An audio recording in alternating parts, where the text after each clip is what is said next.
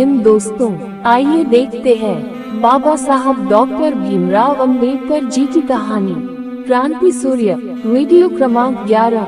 आइए इस वीडियो में देखते हैं वापसी का सफर।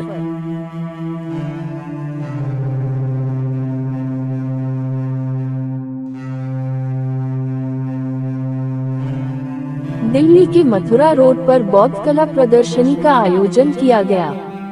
1 दिसंबर 1956 को डॉक्टर बाबा साहब अंबेडकर के निजी सहायक नानकचंद रत्तू, समाज सेवी सोहनलाल शास्त्री और डॉक्टर बाबा साहब अंबेडकर प्रदर्शनी देखने गए। प्रदर्शनी देखने के बाद शास्त्री ने डॉक्टर बाबा साहब अंबेडकर से पूछा, बाबा साहब, मैंने सभी प्रदर्शन देखे और मुझे वे पसंद भी आए, लेकिन बाबा साहब वहाँ बुद्ध की कई मूर्तियाँ थीं और प्रत्येक मूर्ति में बुद्ध के अंग अलग अलग आकार के हैं और मैं इस पहेली को हल नहीं कर सकता। अब सोहनलाल शास्त्री और नानकचंद रत्तू दोनों उत्सुकता से बाबा साहब के चेहरे की ओर देखने लगे कि वे क्या कहेंगे। डॉक्टर बाबा साहब दोनों को देखकर थोड़ा मुस्कुराए और बोलने लगे, लोगों ने पारंपरिक रूप से सबसे अच्छे महापुरुषों के अंगों का वर्णन सुना है, जिनमें बड़े कान, लंबी भुजाएं, घुंघराले बाल, गोल चेहरा, बड़ा माथा आदि शामिल है। जापानी, सीलोन, तिब्बती आदि कलाकारों ने उस बुद्ध को अपने देशों के महापुरुषों के अंग दे दिए हैं, इसलिए सारा ध्यान उनके सिद्धांतों और शिक्षाओं पर केंद्रित होना चाहिए, न कि उनके चित्रों और मूर्तियों के आकार पर। ये सुनकर दोनों खुश हो गए।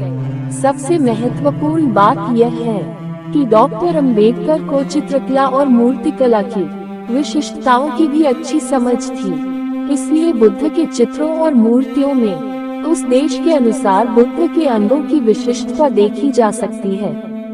उनका स्पष्टीकरण बहुत उपयुक्त था।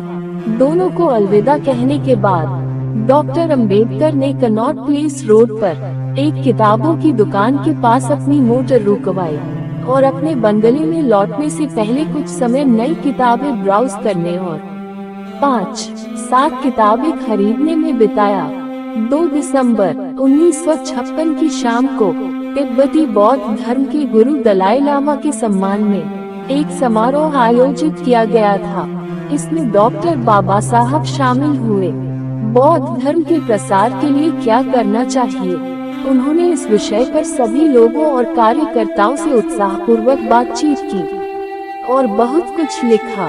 3 दिसंबर 1956 को उन्होंने जो लिखा था उसे नानकचंद रत्तू ने शाम को टाइप किया था। उसके बाद डॉक्टर बाबा साहब नानकचंद को अपने साथ ले गए। बाबा साहब अंबेडकर अपने बीमार बूढ़े माली को देखने के लिए वो जहाँ रहता था वहाँ गए। उन्हें देखकर बीमार माली की आंखों में आंसू आ गए। वो बड़े ही गंभीर स्वर में कहने लगा, आज सचमुच मेरे घर भगवान आए हैं। उसने दोनों हाथों से डॉक्टर बाबा साहब अंबेडकर का हाथ पकड़कर उनके माथे पर रख लिया। वो फूट फूट कर रोने लगा और बोला, यह मेरा सौभाग्य है कि मृत्यु से पहले मैंने मेरे भगवान को साक्षात देख लिया। डॉक्टर बाबा साहब अंबेडकर ने माली को समझाया और कहा, अरे रो मत, दवाई लो, मैं दवा भिजवाता हूँ।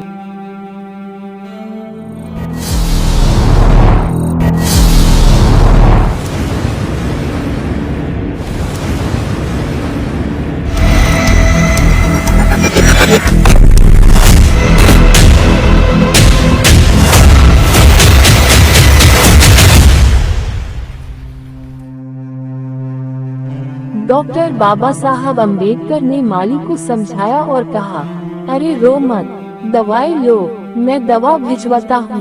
मृत्यु को टाला नहीं जा सकता, लेकिन दवा से कुछ राहत मिल सकती है और इसे कुछ समय के लिए टाल दिया जा सकता है। तुम मौत से इतना डरते क्यों हो? अरे कभी न कभी मरना तो सभी को है, तुम्हें, मुझे, हम सभी को एक दिन मरना ही है। मृत्यु को कोई टाल नहीं सकता। शांत हो जाओ और मेरे द्वारा भेजी गई दवा ले लो। इस प्रकार माली को समझा बुझाकर दिलासा देकर वे लौट आए। रात में डॉक्टर बाबा साहब अंबेडकर ने नानकचंद रत्तू को टाइपिंग का बहुत सारा काम दिया। 4 दिसंबर 1956 की सुबह नानक चंद ने डॉक्टर अंबेडकर के हस्ताक्षर लिए और पत्र पोस्ट किए। 4 दिसंबर और 5 दिसंबर को डॉक्टर बाबा साहेब अंबेडकर ने अपना पसंदीदा काम लिखा और बहुत पढ़ा। वह रात के 12:30 बजे तक यानी गुरुवार 6 दिसंबर 1956 की शुरुआत तक अपना प्रिय काम करते रहे। अपने प्रिय कर्मों को लिखते और सुनाते हुए यह महान कर्मयोगी सो गया और गहरी नींद में सो गया। अन्याय के विरुद्ध सदैव प्रज्वलित ज्वालामुखियों ने नम्रता से संसार को विदा किया और शाश्वत शांति के प्रति समर्पण कर दिया। अछूतों और महिलाओं को कानून के आधार पर न्याय और सम्मान दिलाने की चाहत रखने वाले इस महान न्यायविद और कर्तव्यनिष्ठ समाज सेवी परम आदरणीय महापुरुष अपने सभी चाहने वालों को छोड़ चुपचाप चल बसे। 6 दिसंबर 1956 की सुबह पता चला कि डॉक्टर बाबा साहब अंबेडकर सबको छोड़ चल बसे हैं। नानक चंद, नौकर सुदामा और माली ने पहचान लिया कि बाबा साहब जो उनके भगवान हैं, अब हमें अपनी यादें और विचारों के साथ छोड़ गए हैं। वे तीनों जोर जोर से रोने लगे। नानक चंद ने अपने आप को ठीक करते हुए और अपनी महत्वपूर्ण जिम्मेदारी को समझते हुए सभी को फोन किया और उन्हें इस दुखद समाचार की जानकारी दी। बाबा साहब के पार्थिव शरीर को अंतिम संस्कार के लिए हवाई जहाज से मुंबई ले जाने का निर्णय लिया गया। शाम को बाबा साहब के पार्थिव शरीर को सम्मान के साथ दिल्ली एयरपोर्ट ले जाया गया। बंगले से लेकर दिल्ली एयरपोर्ट तक उनके अंतिम दर्शन के लिए लोगों का जुलूस उमड़ पड़ा। रात में हवाई जहाज को नागपुर एयरपोर्ट पर कुछ देर के लिए रोका गया। अपने प्रिय नेता को देखने के लिए नागपुर के शोकाकुल लोगों की भारी संख्या में भीड़ एयरपोर्ट पर जमा हो गई। फिर नागपुर एयरपोर्ट से मुंबई की ओर उड़ान भरी। सांता क्रूज एयरपोर्ट से डॉक्टर बाबा साहेब के शरीर को अंतिम संस्कार के लिए उनके पसंदीदा निवास राजगृह में रखा गया था। 7 दिसंबर 1956 को अंतिम संस्कार का जुलूस शाम 4 बजे शुरू हुआ। उस शवयात्रा में शामिल हुए 10 लाख लोगों की शोक में डूबी भीड़ आंखों में आंसू लिए दादर चौपाटी पर पहुंची। शाम 5:30 बजे इस महान नेता के पार्थिव शरीर का चंदन की चिता पर अंतिम संस्कार किया गया। शोकाकुल समुदाय की गवाही में सशस्त्र पुलिस बल ने बंदूकों के साथ हवा में कई राउंड फायर किए। उस महान व्यक्ति बाबा साहब अंबेडकर को कोटि कोटि नमन। दलितों के उद्धारकर्ता, पिछड़ों के मसीहा, महान युग पुरुष डॉक्टर भीमराव रामजी अंबेडकर जी ने अपनी शानदार जीवन यात्रा पूरी की और सदैव पंचतत्व में विलीन हो गए।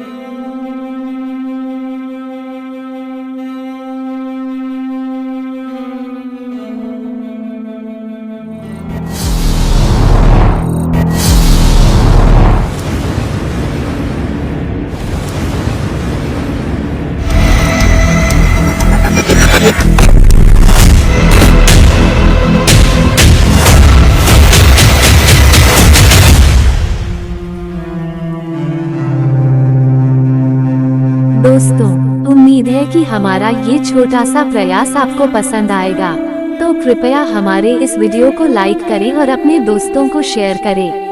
और हाँ, चैनल को सब्सक्राइब करना ना भूलें। धन्यवाद।